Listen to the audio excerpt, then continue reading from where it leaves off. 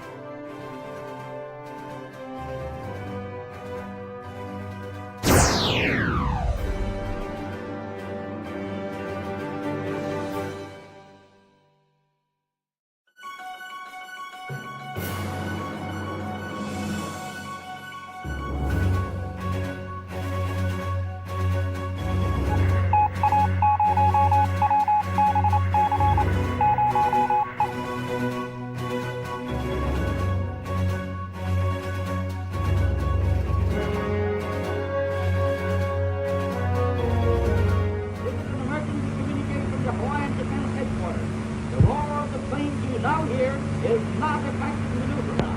It's not a maneuver. We're being attacked. It's an air raid.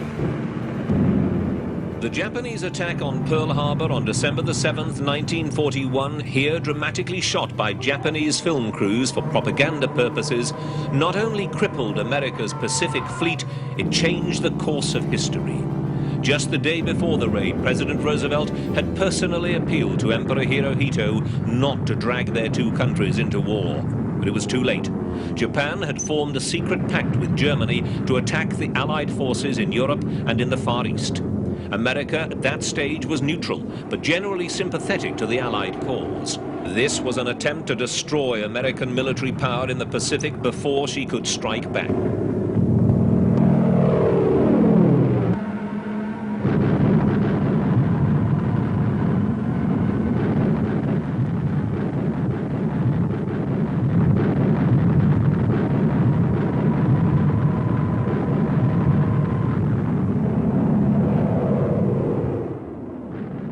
After this massive attack, Europe's war became America's, as Senator Connolly, chairman of the Foreign Relations Committee, made abundantly plain. With unbelievable treachery and craftiness, Japan has attacked our territory and murdered American citizens. Japan began this war in treachery. We shall end it in victory. Within hours of the Pearl Harbor raid, American Army and Navy officers were called from their homes and weekend golf clubs to meet at the War Department to prepare to retaliate. President Roosevelt officially informed Congress that a state of war now existed between the United States and Japan. Within hours, Congress gave him the authority to prosecute the conflict all out. The legacy of the raid was enormous. 5 American battleships were sunk or damaged beyond repair. 200 aircraft were destroyed and more than 2,400 people killed. But more than that, Pearl Harbor led directly to what truly became the Second World War.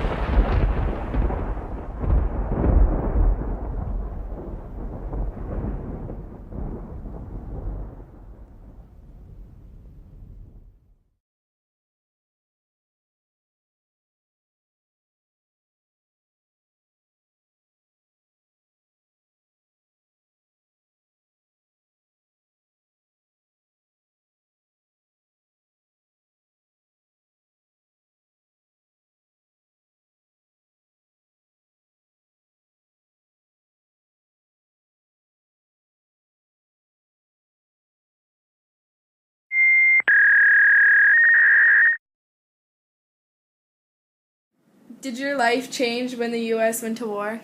Yes, it did, because at the time we had on the farm for the whole family, there was about 7 of us kids, and we only had a pickup truck, and we couldn't get a car because you couldn't buy cars during the war, and you couldn't buy tires, and so we had to ride in the back of the pickup truck, and in northern Wisconsin, in a pickup truck in the winter is not much fun.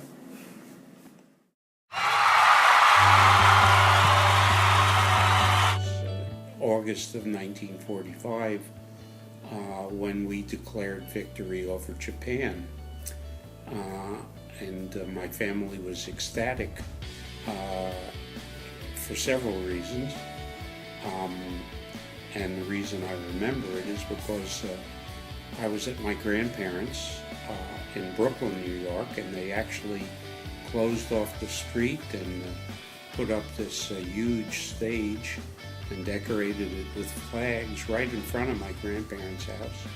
And there was this really big party with bands and people making speeches and dancing in the street.